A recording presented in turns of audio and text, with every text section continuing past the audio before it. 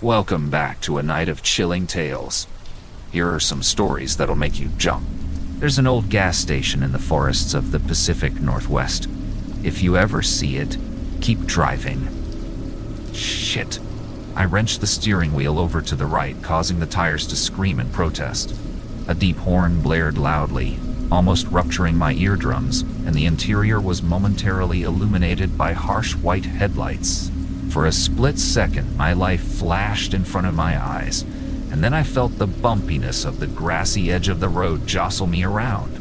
The 18-wheeler, which had veered into my lane, missed me by less than a foot, blasting by in a blur at what had to be 70 miles an hour or more.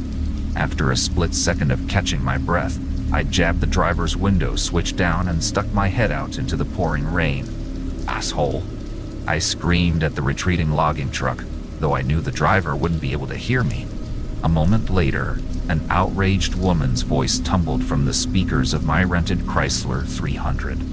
"I beg your damn pardon." Regaining my senses and remembering I'd been in the middle of a phone call, I sat back down in the seat. "Not you, Aaron," I said apologetically. "If you didn't hear the commotion on my end of the line, I almost got splattered all over the front end of some morons Peterbilt who wandered over to my side of the road." There was a moment of silence from the speakers, and then my agent let out a small snort. "Well, isn't that just grand? You've gotta love idiots on the roads these days." It took a softer tone. "I'm glad you didn't get into an accident, Al. I don't feel like losing my best client and close friend in one go." I laughed. "Helps me relax to know you care." I admitted then, after a moment getting the tension out of my muscles. I pulled the car back on the road and continued on. It was the winter of 2022, and I was on my way to a book signing in Seattle from where I lived in Gold Beach, Oregon. I was a writer who just broken the New York Times bestseller list with my debut novel, and as such, I was on the start of my book signing tour, which would take me around the country. Obviously, as many people would quickly realize who I am if I used my real name, I have changed it, along with others. Aaron, my literary agent, had suggested I fly to Seattle from the airport in North Bend. But I'm someone who's had a major anxiety over flying ever since the September 11th attacks in 21. So instead, knowing I hadn't purchased a new car to replace my rather shabby and broken down one yet, she'd arranged me a rental, and I'd begun the almost 7.5-hour drive north. I wouldn't have had to deal with those dingbats if Interstate 5 hadn't jammed up with that accident. I muttered. "Well, you were the one who wanted to drive, Al." Aaron's chiding voice came through the speakers. "Do you have any idea where you are?" I glanced at the GPS map for what had to be the 100th time. The screen almost seemed to glitch, jumping as the antenna on top of the car attempted to communicate with an orbiting satellite above. Piece of shit. "No, this stupid navigation system is apparently on the fritz." I snorted. So much for Enterprise being a good car rental company. I looked back up just in time to see a sign with the gas symbol flash past. Thank you, God, for small favors, I thought. Hey, there's a gas station coming up soon. I'm a bit low anyways. I'll stop there, get directions, and then call you when I'm on my way, okay? There was a sigh on the speakers. "Okay. Just, please, try not to be too long. The publishing house won't like it if you show up to your very first book signing late tomorrow," she said. "I'll be as quick as I can," I said reassuringly, then pressed the red disconnect button on the steering wheel, ending the call. I let out a sigh of relief. Aaron was my saving grace and had been the one to orchestrate my contract, including a very nice advance. But after a while, it became exhausting to deal with her. I stared out the windshield at the 2-lane road in front of me, relishing the silence, save for the rain pelting the car's windshield, the windshield wipers flicking it off, and the tires on the wet pavement. For a few more minutes, all I saw was nothing but endless trees pushing in close to the road, almost seeming as if they were jostling to see who drove up and down past them. Then, almost as if my thoughts had summoned it, I saw the bright lights appear ahead on the right like a lighthouse beacon. It was clearly one which had been here a very long time. The overall appearance gave the impression it had been around since at least the 1950s, if not earlier. I grunted with surprise as I saw the lit-up station logo swinging around in a lazy circle on its pole. The faded green outline of a brontosaurus and similarly weathered red letters spelling out Sinclair were ones I thought I would never see in person, seeing as how the company had gone defunct back in March. Guess nobody told the owner of this one that. I pulled into the station, my tires driving over a small black wire, which caused a classic bell to ding loudly twice, somewhere out of sight. Pulling up next to the green pump, I shut the engine off and relaxed back into the comfortable leather, listening to the tick of the engine cooling down. As I closed my eyes, I could only hear the loud buzz of the fluorescent lights overhead, and the rain pelting the metal awning over the pumps. I opened my eyes as I heard the rain peter out and looked around, glancing at the analog clock on the dash, illuminated by the overhead lights. 7:30 p.m. 10 minutes had passed. I sighed. "Come on, man," I muttered, then quickly tapped the horn. The blaring sound of it almost seemed to shatter the stillness like a baseball through a plate glass window. Still nobody. "Damn it," I whispered, then unbuckled my seatbelt and pulled on the handle, using my foot to kick open the door. A bitingly cold wind smashed into my face as I stepped out onto the cracked concrete, causing me to flip up the collar of my coat in response. I glanced around, only hearing the sounds of the wind whipping through the trees, crickets chirping, and what had to be the hoots of an owl somewhere off in the forest beyond. The garage bays were open, and in the faded, yellowed light of what had to be old incandescent bulbs, I could see what looked like a 50s Cadillac and a 70s International Scout up on the lifts, but no mechanic in sight. Leaning back into the car, I leaned on the horn, longer this time. Again, the sound reverberated off the trees and station. For some reason, I shivered at the noise. It almost feels sacrilegious to disturb the silence out here. I shook my head. Where the hell had that thought come from?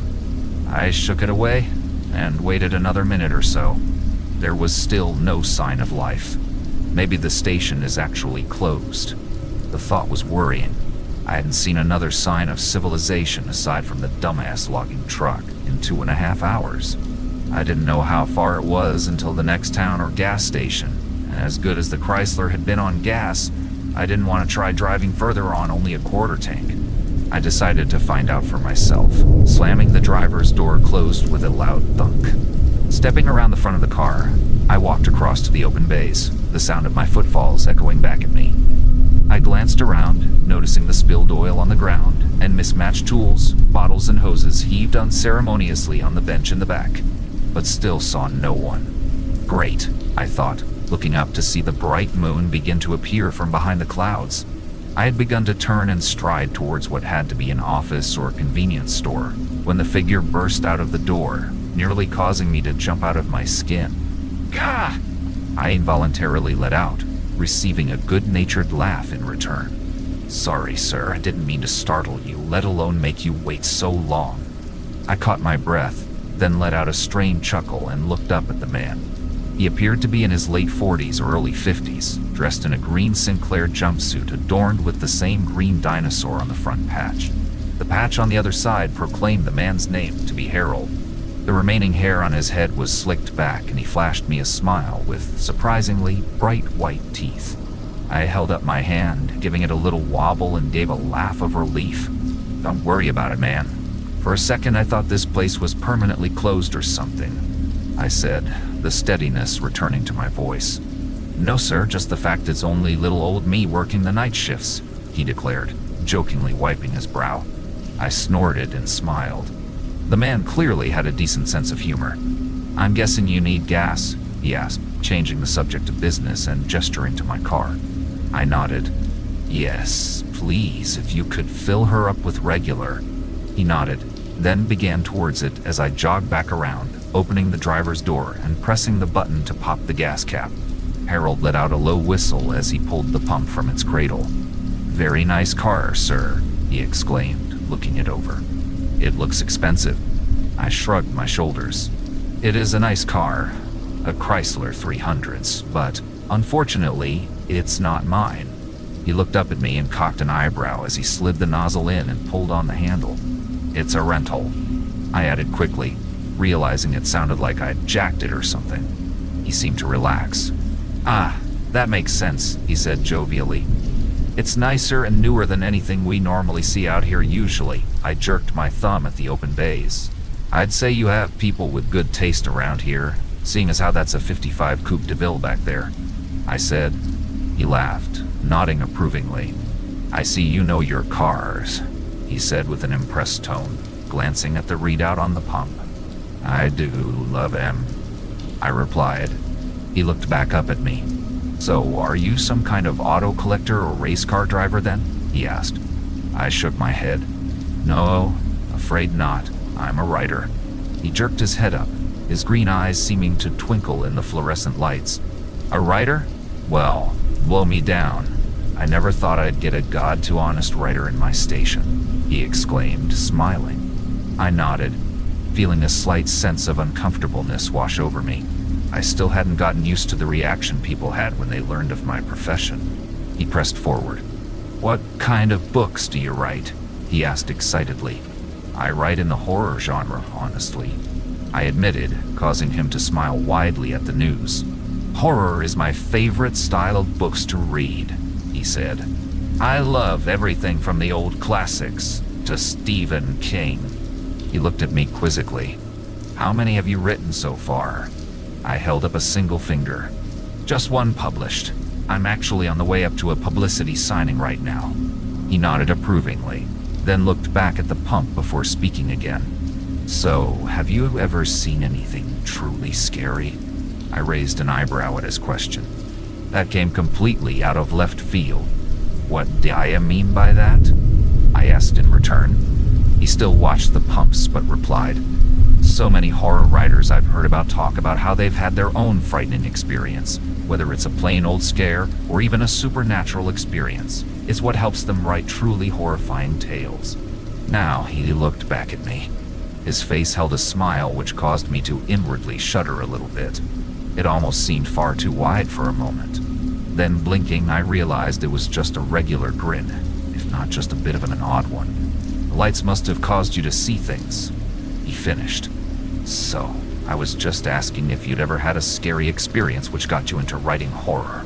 For a moment, there was silence between us as I pondered his question, only broken by an owl's screech somewhere in the gathering darkness. Then I shrugged. Honestly, I hate to disappoint you, but no, I admitted. He gave me a slightly surprised expression. Really? I nodded, deciding to be honest with him. Really, to be completely truthful with you, Harold, as much as I love horror, both writing it and reading and watching it, I've stopped being scared of it a while ago. The surprised expression seemed to grow on his face. Really, he repeated, then looked down at the pump again. That's a shame, he said, his voice almost holding a trace of sadness in it. I nodded, having to agree with him. It is. I used to love getting scared by a good horror film or book, but as I got older, it just seemed to, drift away. Now I just write what I know others are afraid of, like I did with my first book here. But honestly, when I write, I don't feel that fear in me at all. I hated admitting it. Even when I'd given my first online interview with a magazine about my novel, I'd lied about it, saying that my own work could scare the hell out of me. But, in a way, it felt good to finally admit the truth to someone, even just a stranger I'd likely never see again. I looked up to find him giving me a rather intense, and honestly, extremely creepy stare. His green eyes almost seemed to glow in the lights, and his smile had completely disappeared. I took a step back at the abrupt change in his demeanor, but just as quickly, it too was wiped away, replaced by the smile I'd known since he appeared. Well, I'm sure if you search hard enough, you'll find that feeling again, he said, his voice filled with what sounded like genuine empathy. I nodded, looking out at the woods. I hope, I truthfully admitted, then heard the sound of the pump finally clicking off. Ah, all done, Harold said happily, pulling the pump out of the car and replacing it back in its cradle. He looked at the readout.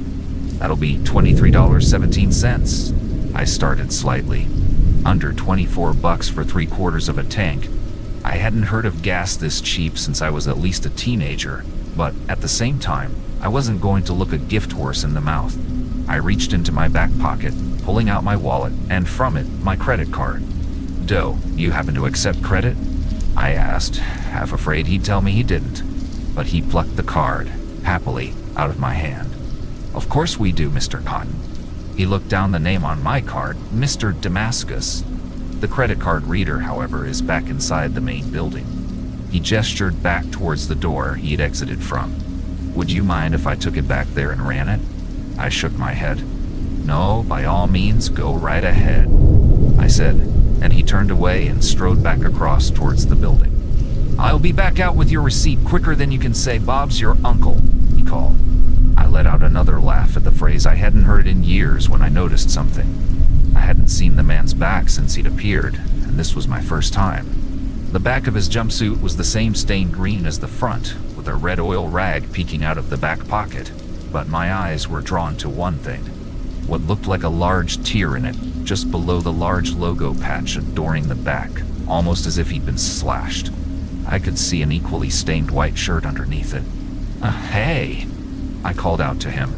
He stopped and turned back to me, still smiling. Yes. I pointed to my own back. Your jumpsuit has a huge tear in the back of it. Just wanted to tell you, in case you didn't know." For a moment, the same funny look came over his face, and then he waved his hand dismissively. "Oh, I know. I haven't had a chance to mend it yet," he said, then, holding up a finger, pulled open the door, causing a bell hung from the inside handle to jingle, and stepped inside. I was left alone again, with only the buzzing sound of the lights almost causing my ears to ring in the sudden silence. Not wanting to seem rude by waiting back in the car, I instead walked to the front and leaned against the hood, staring out into the night.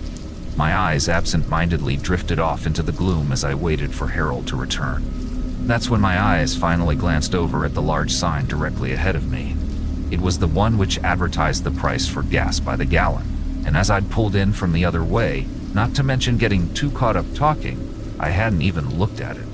You could easily tell it had fallen into a bit of disrepair, as the light inside, which allowed you to see the prices at night, flickered on and off, precariously seeming as though it would burn out at any second. You could even hear it flickering loudly in the silence. That wasn't what drew my eye, though. No, what drew my eye was the prices displayed on that flickering sign. "There's absolutely no freaking way," I whispered to myself.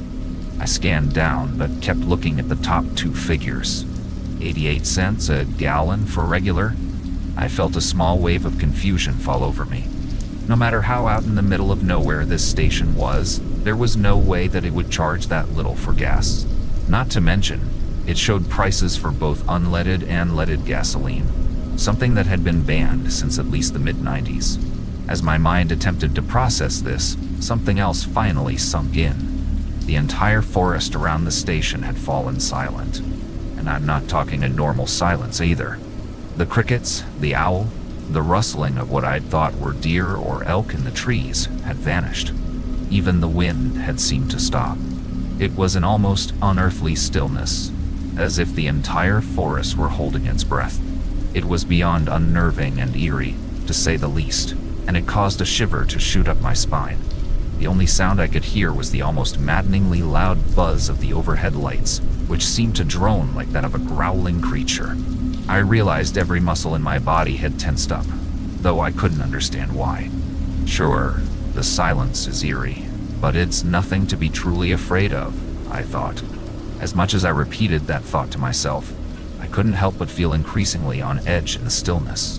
"Okay, fuck this," I said finally, the sound of even my own echoing voice sounding just off to me, pushing myself off my hood and beginning for the door Harold had gone through.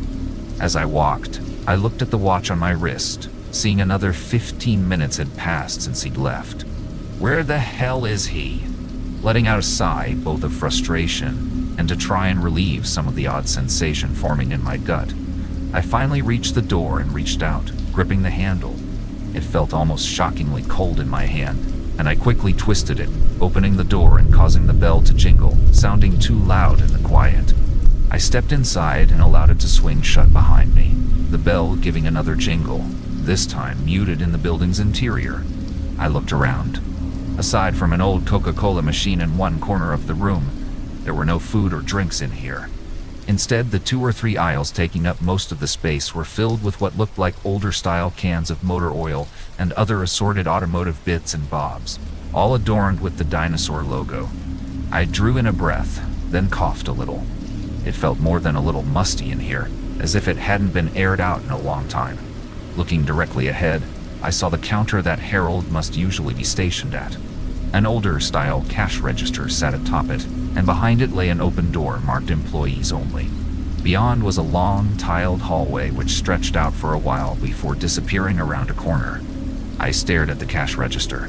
Haven't seen one of these old jobs since I was a kid in the 90s, I thought, a few nostalgic emotions breaking through my other emotions and tugging at my heartstrings. But it was just as quickly shooed away by the uneasy feeling that was settling over me like a cloud of dust.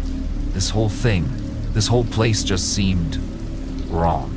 I couldn't tell why, but it was making my arms and legs feel as though insects were inching along under my skin. After a moment's hesitation, I opened my mouth. Hey, Harold," I called, my voice seeming muted just like the bell had. I waited. No answer. "Hey, Harold, are you back there?" I called again. Still nothing. Feeling increasingly on edge as the fluorescent lights in here sounded like they were also buzzing too loud, I craned my neck to look down the corridor. Just barely at the corner, I saw the bright blue sign indicating a restroom. I made my decision, calling out again. "Look, if you can hear me, Harold, I'm coming over the counter to use the restroom, okay? I can't hold it until I get to the next town." It was a lie. I hadn't eaten or drank anything in the last 2 hours to make me have to go, but just in case he came around the corner, I didn't want to get into trouble, as odd as I felt. I still didn't want to piss the man off. Taking a deep breath, I hopped the counter and stepped into the corridor. Unlike the main room, this was lit by 3 or 4 incandescent light bulbs dangling down from the ceiling. It gave the hall a slightly dimmer look than behind me, and I hesitated for a moment before starting down it, taking care not to have my footsteps echo too much. The hall seemed to go on forever, but eventually I reached the corner. Wanting to keep up appearances, I turned the knob for the bathroom and opened it. After looking into it for a split second, I shut it quickly, suppressing a cough and a gag. It had looked disgusting, as though it hadn't been cleaned in years, if not decades. Turning back, I noticed a brighter light down at the end of the next stretch of hallway. I debated for a moment, then began down it. All I wanted was to be out of here. I passed another open door. Glancing through it, I saw the 2 garage bays and the view outside. A blast of cold, fresh air relieved me somewhat, and I continued on. As I reached the doorway, I looked around, seeing that it was an office. 2 desks stood inside, each with nameplates on the edge of them. I spied Harold's name on the far one. I also saw my credit card sitting in the middle of the table. The bright blue stood out among the dark wood and white papers. Letting out a relieved sigh, I crossed to it quickly and picked it up. I decided I'd just leave a 20 and a 10 in cash on the desk instead and get the hell out of here. I didn't know where the man had gone to, and every fiber of my being was telling me to leave.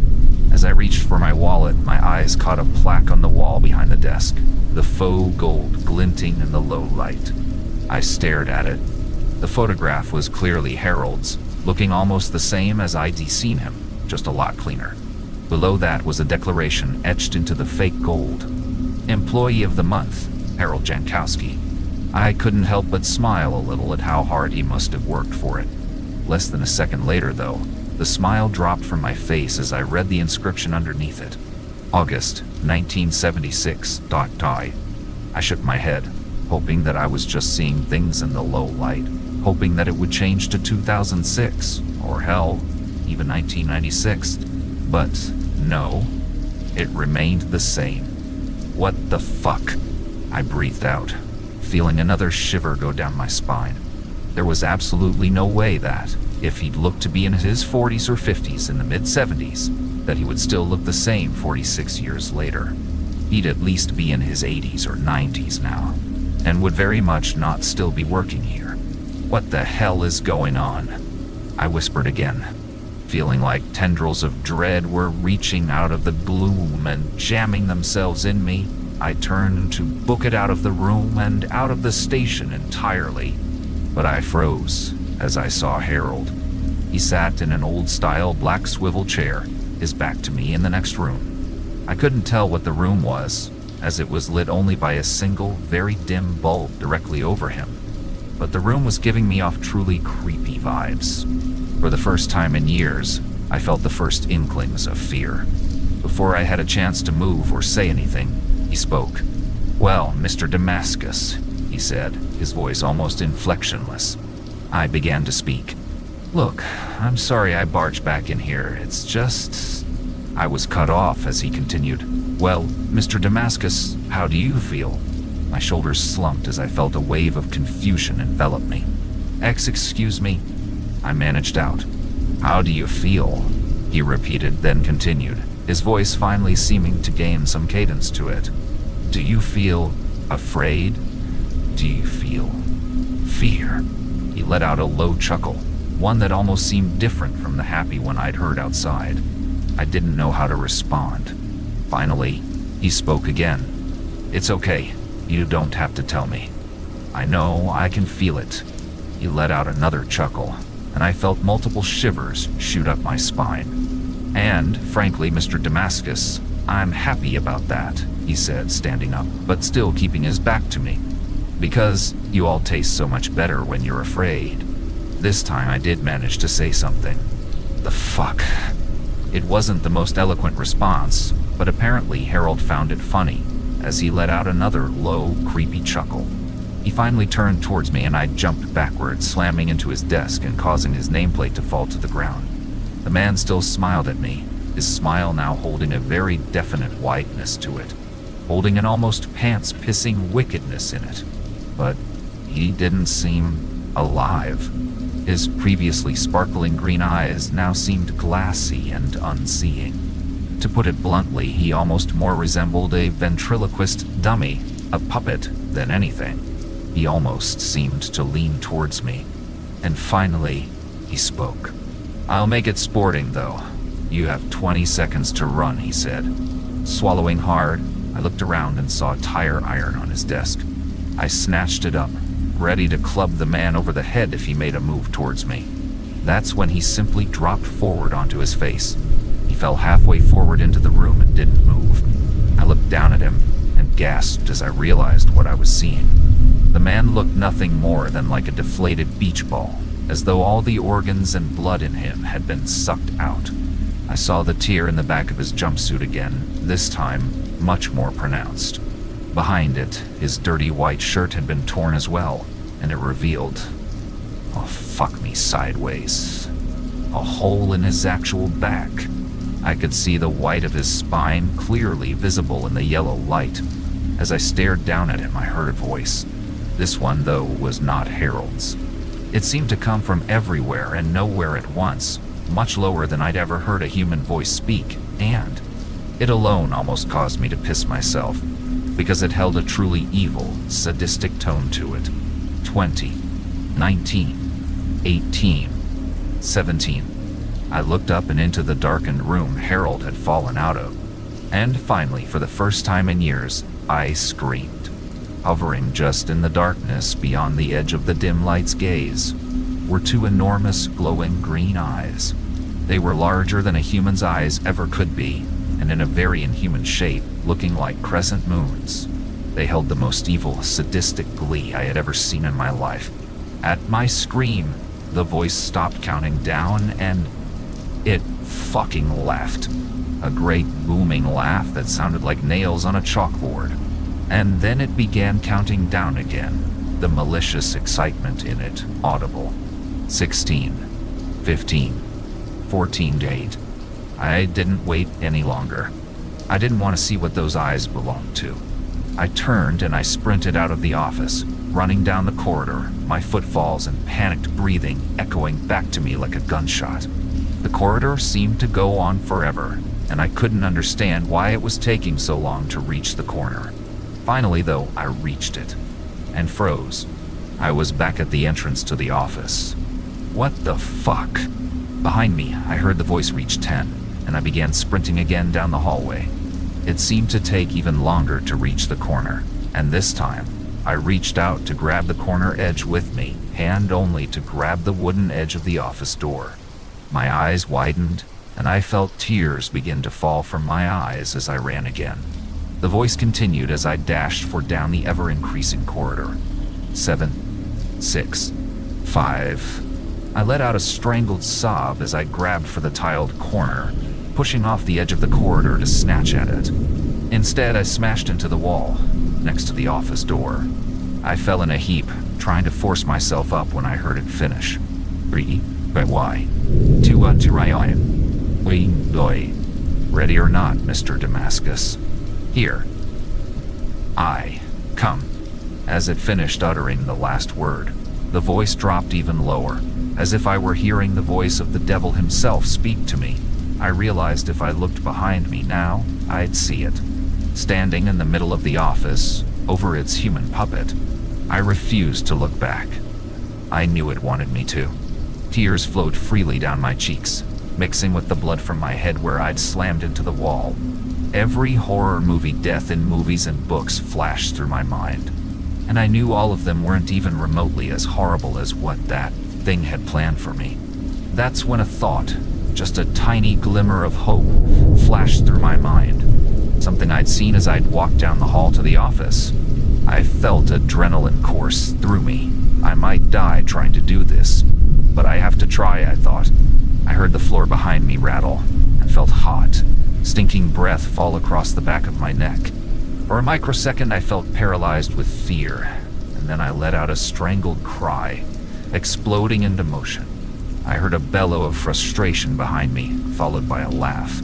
It knew once I reached the end of the corridor, it'd use whatever power it had to bring me right back to it. It had power over this corridor, but it doesn't realize it left a weak spot open. The thought still echoing in my mind, I ran, unable to keep myself from screaming this time as I dashed down the corridor. It seemed even longer than before, but as I reached the halfway point, I saw what I'd been hoping to spy. The door into the garages stood open, almost hidden out of sight behind a shelf of oil. I let out another cry, this one of determination. Behind me, I heard the creature stop laughing. Now it let out a bellowing cry of rage, realizing what I intended to do. I felt it begin to thunder up the corridor after me to snatch me up. The feeling of something sharp sliced across my back, and then I was leaping for the doorway, and through it. I landed in a puddle of still sticky oil underneath the Cadillac. What I saw now was rusting away with decades of disrepair. Not wasting a second, I jumped to my feet and ran for the open bay doors. Behind me, I heard a louder bellow, but I didn't look back. I burst out from inside the doors into the night, now laden with the sounds of the forest again. I dashed for my car, almost flying over the hood and ripped open the driver's door. Crashing into the seat, I stabbed at the start button, for a moment terrified that, like the typical horror cliche, it wouldn't start.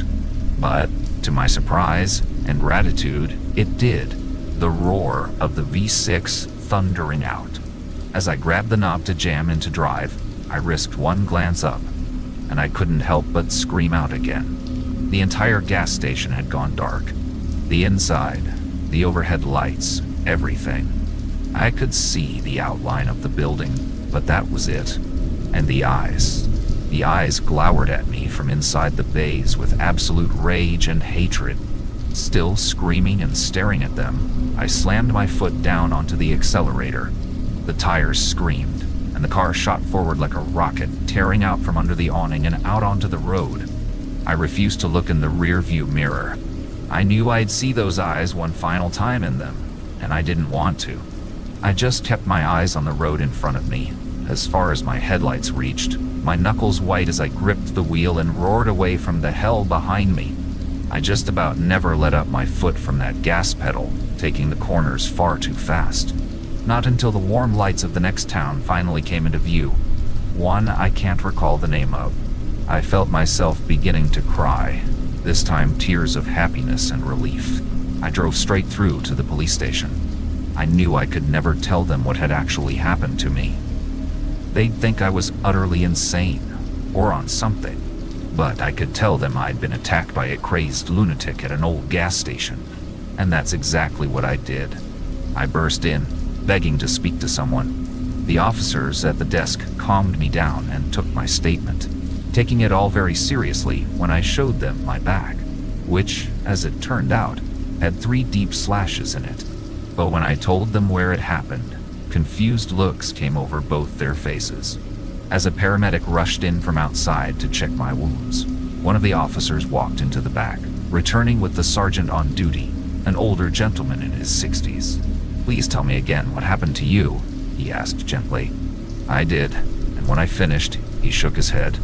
"Son, it couldn't possibly have happened at the Sinclair station 10 or 12 miles back," he said softly.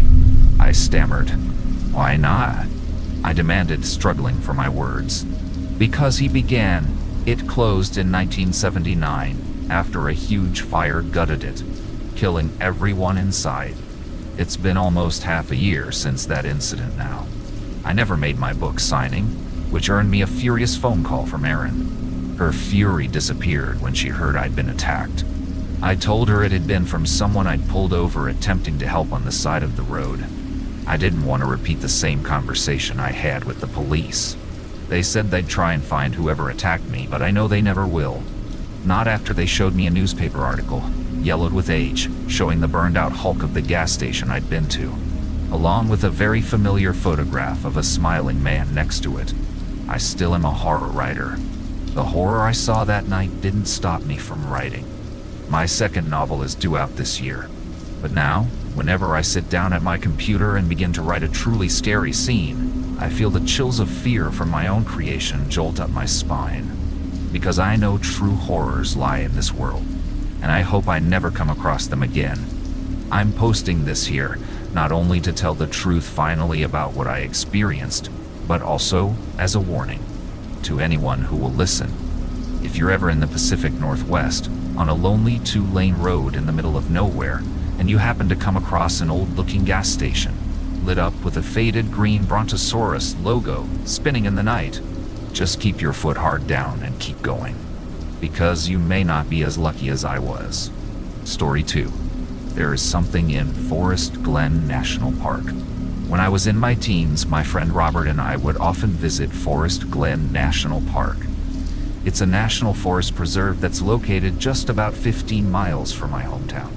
It offers camping, fishing, and most importantly for our purposes back then, many winding trails to hike on.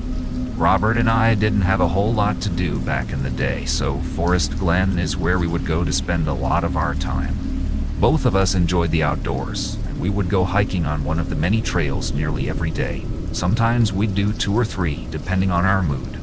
It wasn't long, of course, before we knew them all by heart, and we both had our favorites. That didn't matter, though.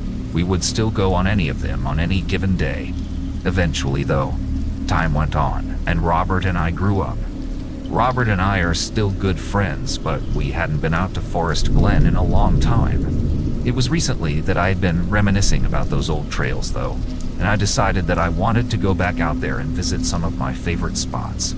So 2 weeks ago I called Robert and asked if he wanted to go back out there with me that weekend, and to my surprise, he was overjoyed at my proposal. He said he'd been thinking about going out there himself but just hadn't gotten around to it.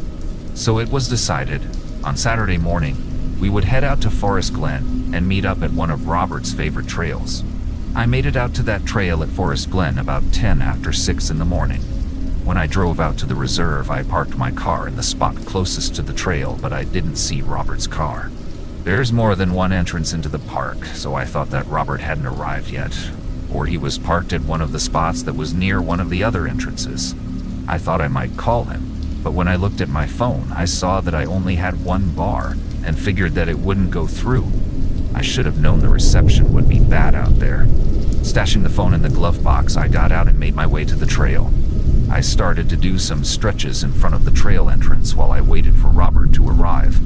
After waiting for what felt like about 10 minutes, I began to wonder if Robert was going to show up late. When we made the plans to show up at the trail, we agreed on 6:30 a.m. I thought about jogging back to my car to grab my phone and call him after all, but I decided to instead venture into the trail a little ways and then return after a moment to see if he had shown up. I started my walk at a brisk pace into the opening of the trail. The clear patch of the trail's entrance quickly gave way to a narrow cleared path, surrounded on both sides by a thick growth of brush and tall trees. The trail seemed a bit more overgrown than I remembered, but I suppose that was a good thing. It meant that the preserve was thriving. I did notice, however, that it was rather quiet out there on the trail. That isn't to say there was no sound at all. I could hear the occasional caw of a bird and the rustling of leaves, but the sound seemed somehow muted. It was as if the entire woods had its volume button turned way down low. About 3 minutes into my stroll, I stopped just before a small stream that cut through the trail. I looked to the other side of the stream where the trail's path resumed. The path stretched out a few hundred feet beyond the stream and looked like it forked off in 2 different directions as far as I could tell. This is when I decided to turn back and wait for Robert at the entrance. I never knew this trail like Robert used to, and for the life of me I couldn't remember how far it went. Before I turned to leave, I knelt down to tie my sneaker. When I finished, I stood up and had to stifle a scream.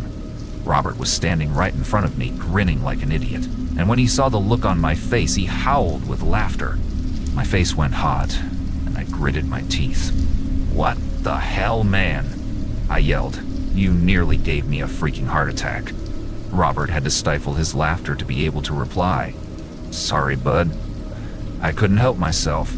I was up farther on the trail when I decided to turn back and wait for you. When I saw you kneeling here, I just couldn't resist." I couldn't help but smile after that, and I could feel the red-hot feeling in my face start to drain away. "It's okay, but you did scare the living hell out of me. I didn't even hear you." Robert said nothing. He only smiled a wide, toothy grin. I gestured down toward the part of the trail Robert came from. "I was wondering if you had gotten here yet. You can lead. I assume you know the way."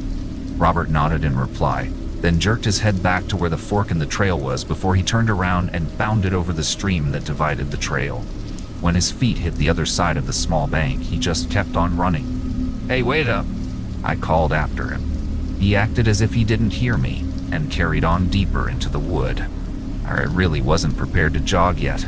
I wanted to walk a little more first and stretch out my legs.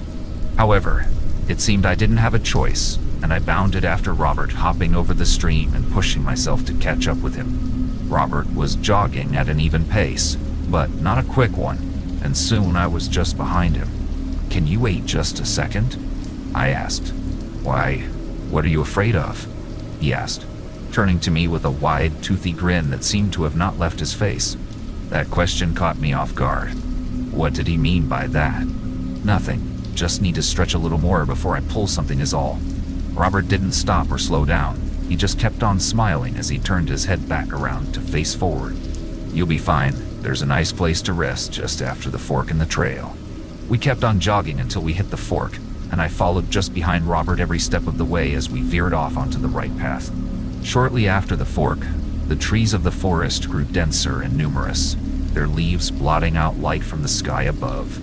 Even the path itself started to become more overgrown, as weeds and brush seemed to reach out toward the center of the path, attempting to catch what sunlight they could.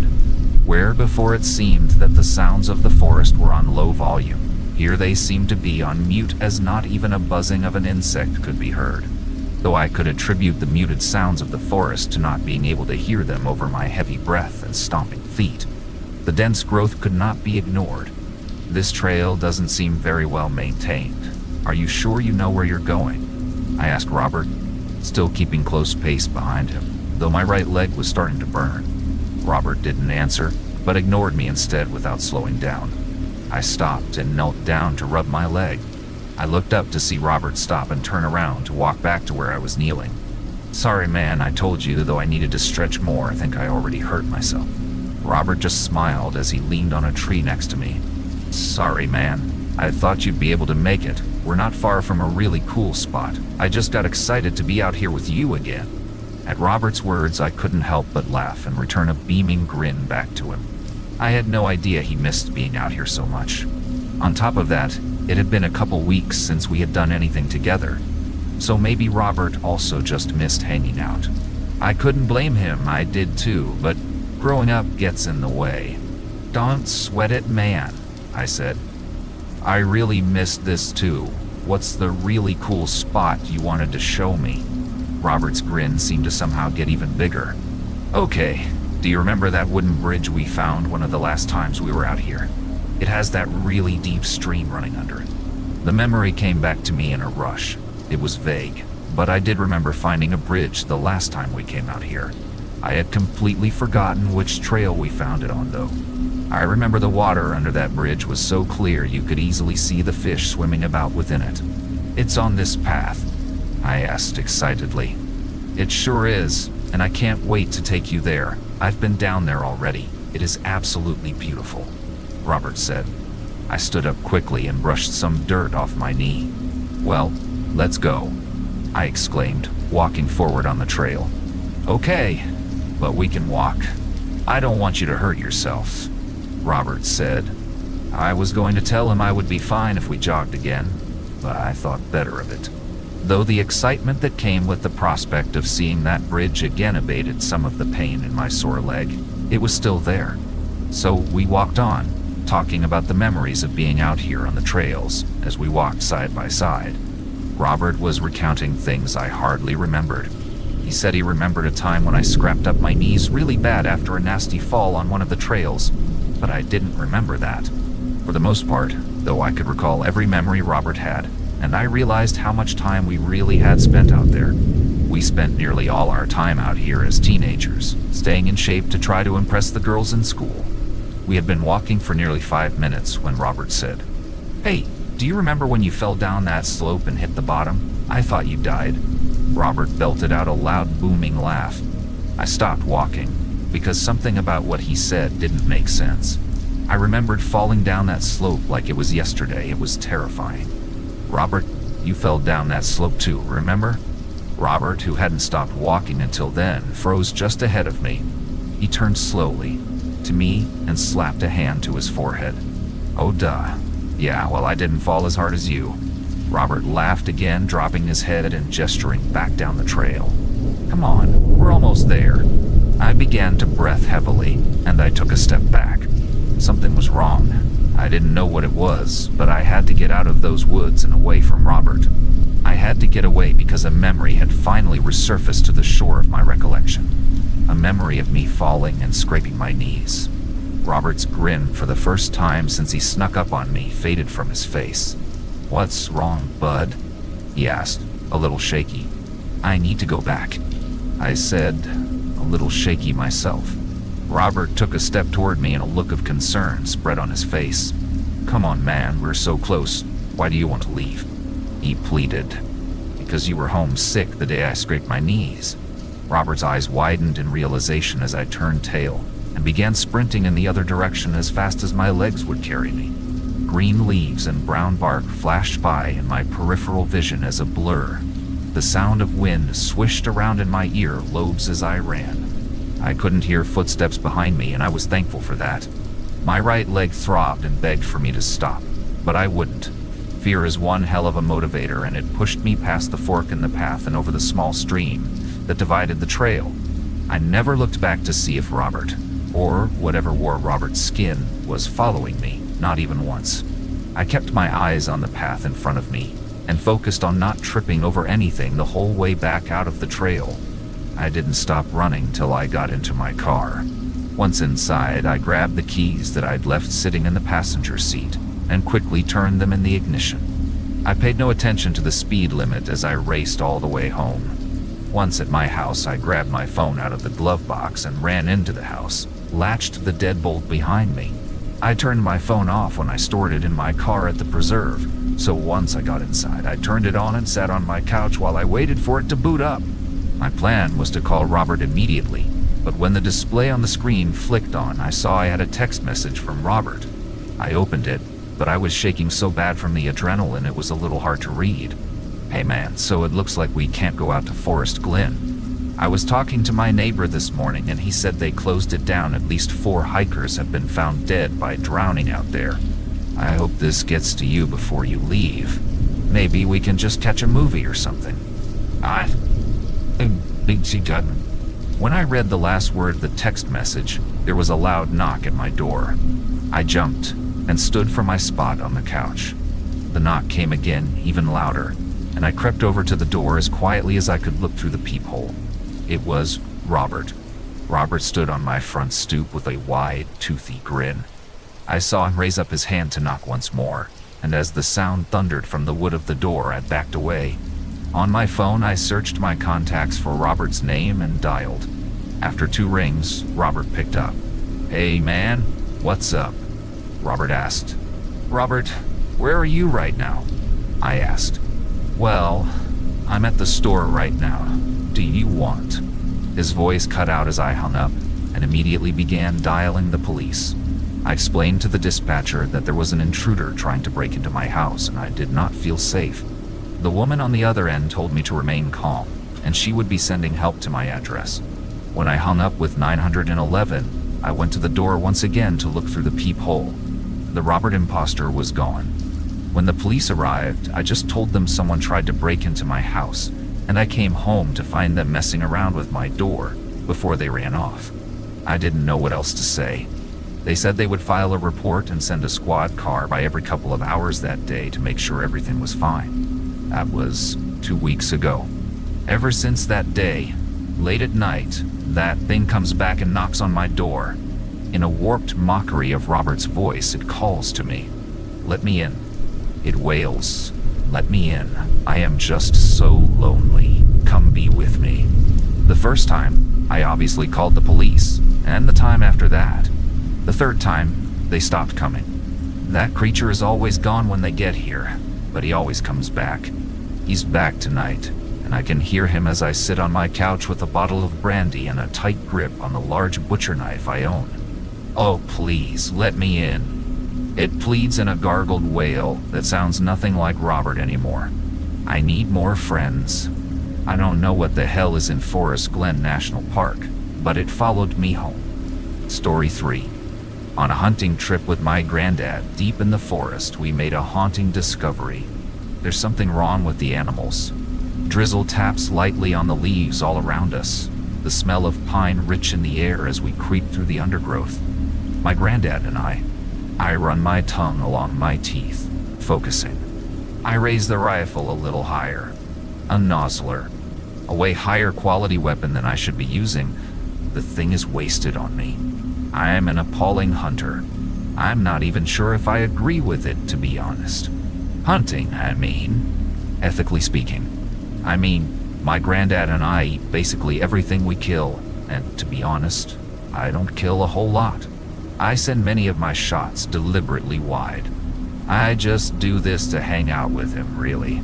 He's a fascinating man, and the guy likes taking me out into the woods, so I just go along with it. It's fine. It's good quality time that I'm lucky to have. But we're stalking a pair of deer right now. Big things as well. I'm pretty sure the creatures know we're here, but you can get surprising close provided you don't actually give off any sign that you're trying to shoot them. "Stay low, Robbie," he murmurs through the side of his mouth.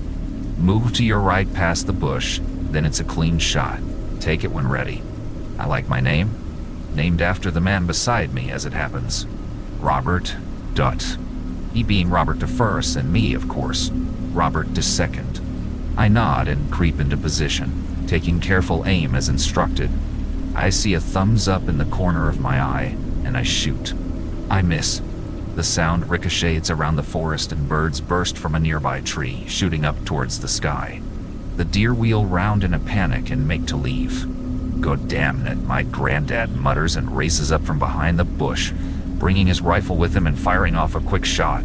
My ego is somewhat relieved by the fact that he misses too, and we both watch as the deer disappear into the undergrowth and shadow of the forest.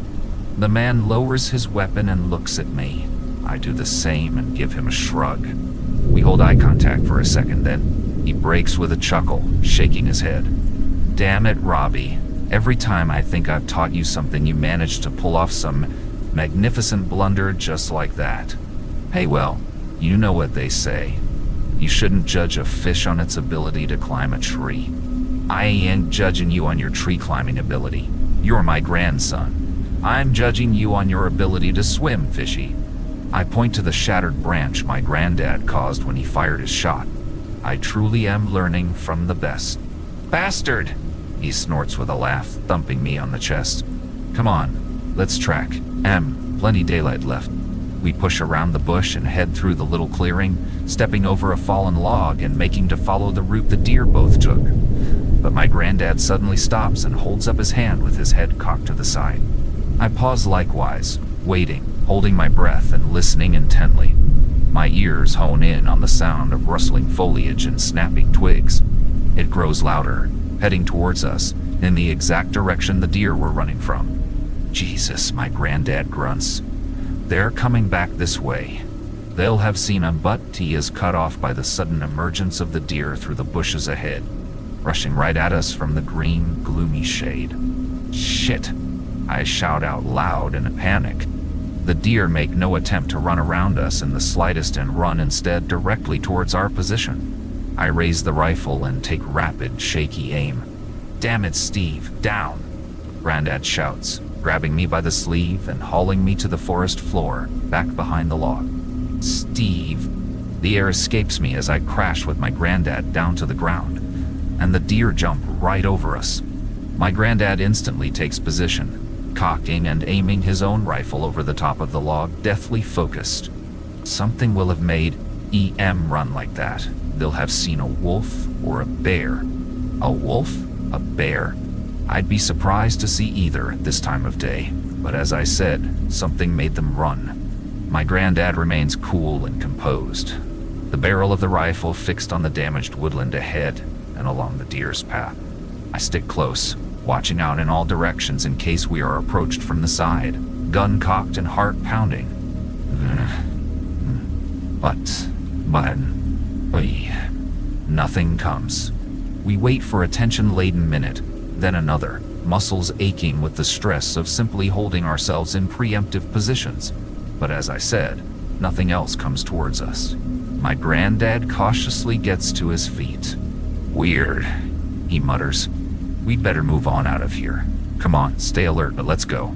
I nod in reply, and together we make a swift but carefully exit from the little grove, heading back through the woods and retracing our steps. After what I hope is something of a safe distance, I ask my granddad a question. Why'd you call me Steve back then? Eh? When the deer were coming at me, you called me Steve. You said, Steve, get down. Is that so? My granddad asks, scratching his chin. I don't know. You know Steve though, right? Old friend of mine. I swear I've mentioned him before. I consider. Yeah, maybe. Once or twice. Granddad shakes his head. I've definitely talked about him more than that. You probably weren't listening. He sighs. It was just the moment, I suppose. The way you were standing, the deer coming right at you, raising your gun. What would have happened if you'd shot one, eh? It would have gone right down and knocked you out with it. I don't know. It wasn't all that big. It was bigger than you're giving it credit for. And at that speed, would have flattened you. It's what I told Steve. All those years ago, he did the exact same thing, the idiot. What's he up to these days? My granddad does not reply. He only looks out into the depths of the forest. We're atop a high hill, and the trees give way to a view across a deep, green valley. The sky is gray overhead. The man tuts and shakes his head. Steve isn't around much anymore. Oh, sorry. He's not dead, is he? My granddad grimaces. I don't know exactly. You don't know? Look, just drop it, kid. A story for another day. Let's just get back to the campsite. Cook that rabbit we caught earlier. He pauses, putting out a hand, and I stop at once, following his line of sight. I hadn't even spotted it, but it chills my blood to see it now. Gives me the shivers even remembering. We stand only a few feet away from a deer. It's one of the same deer as before, I'm sure of it. Neither of us had spotted it because the thing is standing entirely still. Like a statue. A taxidermy, almost. The hell? Granddad whispers, staring at the creature in surprise. He squints and then leans over to me. It's breathing though, only barely. Look down there at its chest. I do so, taking the spectacle in. The deer has one hoof foot placed against the trunk of a tree, which, in itself is quite curious already. But the animal does not move, even slightly. It does not blink. Hey, my granddad barks, then louder. Hey! He claps his hands, but the deer does not react. Then, in time with a sudden flurry of water from the rain-soaked leaves above us, the deer slowly turns its head, all the way around, until it is staring at my granddad and myself, one eye on each. My stomach drops, though I am unsure as to why.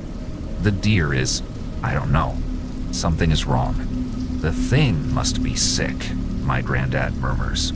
We'll take a different route back. Go wide of this creature. We're too close already as it is.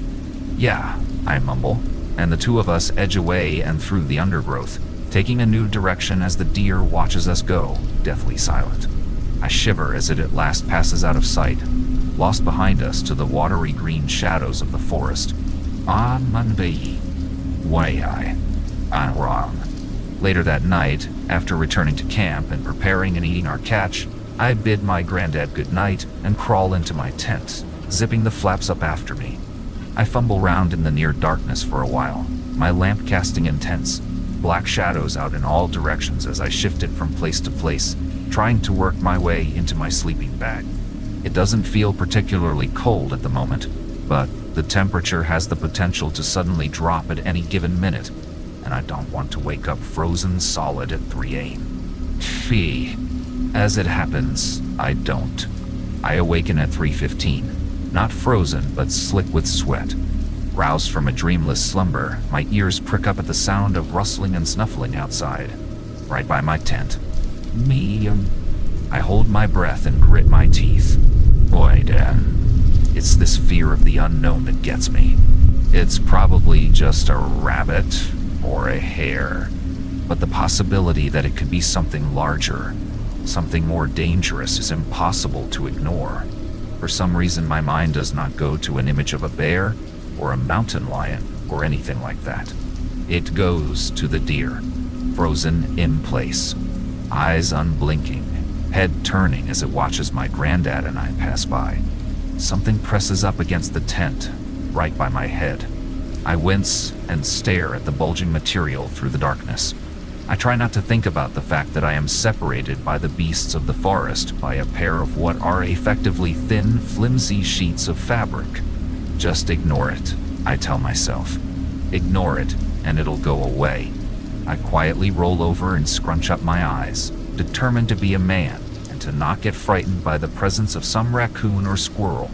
The creature sniffles some more, rustling about in the grass, in the dark. My heart rate increases as I hear the thing pawing against the tent's outer lining. And then, for a second, it stops entirely, and to my horror, I hear my granddad's voice. It's breathing, though only barely. The sentence comes crisp and sharp through the general murmur and backing breeze of the forest. The sentence is entirely devoid of cadence, as if read from a book by someone who has never known English. Look down there at its chest, says the voice. Anandao. Fuck. Doc. No. Panicking now, I do not know what I am supposed to do. It's my granddad outside playing a prank on me. It has to be. It must be, because there is literally no other explanation that makes sense. Regardless of the fact that this is entirely out of character. Regardless of the fact that I have never heard the man speak in such a way, even in humor, in his entire life. He must be sleepwalking. That's it. My explosive hear trait cools just a little. That's it. It's the only possible explanation that makes sense. And if that's the case, then I can't just leave him to wander around outside. Despite my fear, I gently ease my way out of my sleeping bag. You might think me an idiot, but if my granddad is wandering around in the woods in a daze, he could get lost or seriously hurt. So I push aside my irrational terror, and with a shaking hand I reach for the zip, pulling it open with a noise that is far too loud for comfort. Fuck it. In for a penny, in for a pound. I yank the zip open, and then the next, and push my head out into the night. the cool air washing across my face as I raised the lantern to cast away the darkness. And on more. What I see is nothing. Eurista. I jump outside of the tent, staring, lifting the lantern as the light falls across the long grasses and the nearby trees. We're still on the ridge of the valley, but the valley itself is shrouded in darkness. A small section of visible moon illuminates the very tips of the trees in silver, but I am too preoccupied to properly appreciate the natural beauty for now. I pace around the tent in a circle and see no evidence of my grandfather. Granddad. I hiss out into the night, turning and raising the lantern up high. 9. Still, nothing. Something chirps softly from between the branches of the deep woods. I turn to face it with throat dry, but the trees give away no secrets. I cross the grass and crouch down by my granddad's tent. The zip remains closed. Granddad, I whisper, to no response. I try again, a little louder. Granddad, I hear a groan and a grumble from inside. Uh-huh, I hear him mutter. Then, the hell? Granddad, are you good? Of course I'm good. What's the matter with you? All right? Nothing. See you tomorrow. He murmurs something under his breath, and I hear the rustle of his sleeping bag as he rolls over. I stand up straight and stare out into the night. One. For a second time, that chirping sound rings out from the branches, and I make a hasty return to my tent, zipping the thing up tight and secure, shivering as I try to force myself back to sleep. It takes a long time, and I do not recall drifting off. My dreams are disturbing, and are largely comprised of the discovery that something crept into my tent, dream distorted, and warped into an impossible size. My dream self scrambles around from place to place as a nightmare slithers and swims through the shadows like water. It is a welcome relief when I awake safe and sound, to the faded glare of tent-filtered morning sunlight shining into my face. I mutter, sitting up straight and groggily rubbing my eyes. For a second or two, the reality of last night blurs into the dreams, but as I remember the truth, that bitterly familiar anxiety settles back in. I clamber out of the tent into the warming morning air to find my granddad washing his face in a pot of water. Morning, he grunts. How you feel this morning? Not great, to be honest, I reply. You were sleepwalking last night. Hey. Granddad glances up at me, but continues with his routine. No, I don't sleepwalk. You were mumbling nonsense and bashing into my tent at like 3 a.m, I tell him. I came to check on you, but you must have just gone back to bed. My granddad pauses and looks right at me. So that did happen then. You're disturbing me. Thought I might have dreamt it. He stands up and scratches his jaw. Tell me exactly what happened. I relay the story, and my granddad remains silent until its end. Slightly paled, he looks around at our surroundings and down into the valley. I fucking knew it, he mutters, almost imperceptibly. It's the same place, the exact same place. What? I ask him. What do you mean? I came here with Steve once. I knew I'd been here before. I thought I'd picked the location pretty randomly, but I guess my subconscious had other idea. Granddad, I don't know what the hell you're talking about. He stares out over the valley, and I follow his gaze. We watch as a small flock of dark birds flutters around in a circle above the trees. Again, and again, and again. Wah. Around and around they go. Watermelon. He turns to look straight at me, his expression grim, perhaps even afraid a little. And this unsettles me deeply. Nothing is supposed to scare that man. Pack up, Robbie. Make it good and be quick. We're out of here. In another atmosphere, I might have questioned him, but the vibe is clear. I do as he says at once, and in silence, we quickly pack away our gear, loading up our backpacks with constant furtive glances to the trees. The forest has dried somewhat since yesterday's rain, but the sky overhead is still a swirl of gray. We set out beneath its gloom, all trace of our modest campsite thoroughly erased. One. My granddad's pace is a little faster than normal. Bracken and pine needles are crunched underfoot as he strides through the woodlands. He clenches his rifle a little tighter, too. I break the tension. "Granddad, what the hell is going on? What aren't you telling me?" "I was an idiot once before," Granddad replies, as a breeze whistles its way through the boughs of the trees. "And I lost a good friend. I won't let the same thing happen to you." We push through the bushes and pass by a large pond, surrounded by thick, tangled weeds. I glance over to the water. The water is a grim gray-green and covered in a curious, floating moss. The surface is broken by the heads of 3 deer, standing perfectly still. The entirety of their bodies below the necks are submerged, and they stare at us as we pass them by. On another day, I might have found the sight quite comical, but right now I feel nothing but cold, biting fear. One of the deer rises up from the water, rippling it quietly, rearing up onto its hind legs, and my granddad grabs my sleeve and hauls me along. "Don't stop moving. We're getting out of here. Just keep going, Robbie." Our steps become faster, our breathing a little more labored. The trees rush by. Branches scratch at my arms and my face. We push out into a clearing, and my granddad skids to an immediate halt. "What is it?" I ask, panting. "One." Something moves in the shadows of the trees, shifting between the branches at the clearing's opposite side. The hair at the back of my neck bristles, and I instinctively raise the rifle. The sounds of the birds and the breeze fade away, and the air itself seems to darken as the shifting shadow ahead draws closer.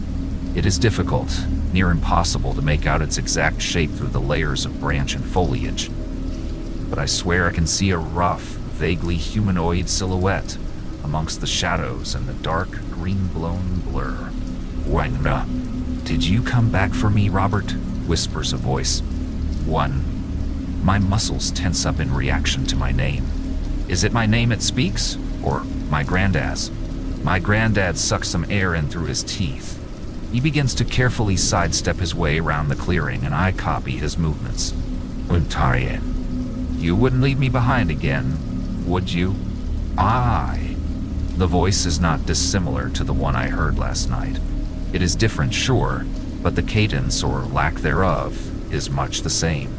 "Non, my lord." My granddad raises the rifle, cocks it, but he does not fire.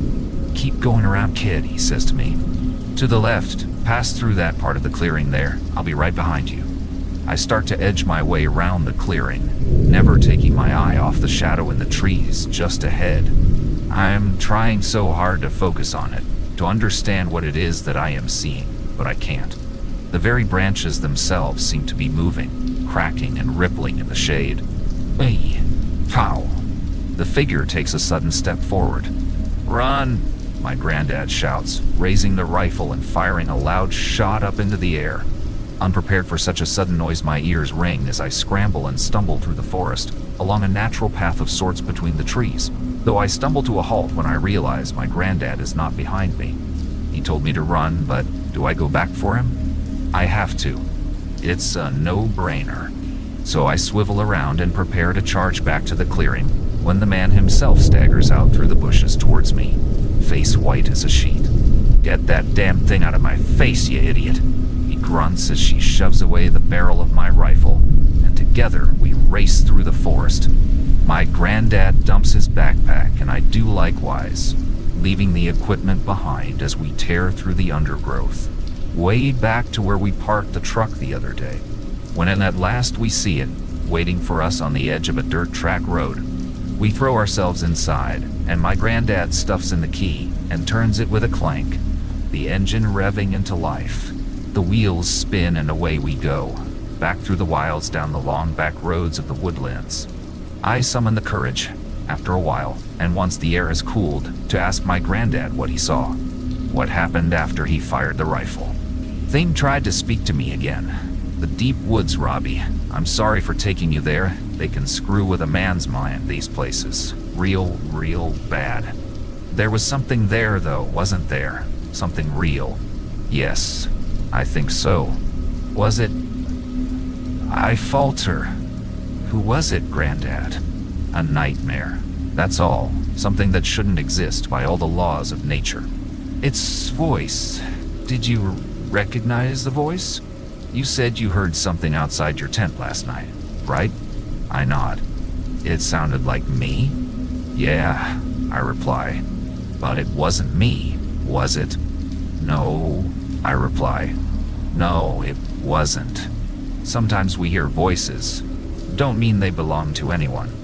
So why didn't you shoot it? Why? His hands flex and clench around the wheel. You fired the rifle, but you aimed up into the air, not at the shadow. Why did you do that? To this, my granddad has no answer. He only reaches briefly across to pat my shoulder, and as the clouds swirl overhead, we spend the rest of the long drive home in a contemplative silence. Silence, with the occasional glance to the thickets of trees that pass us by.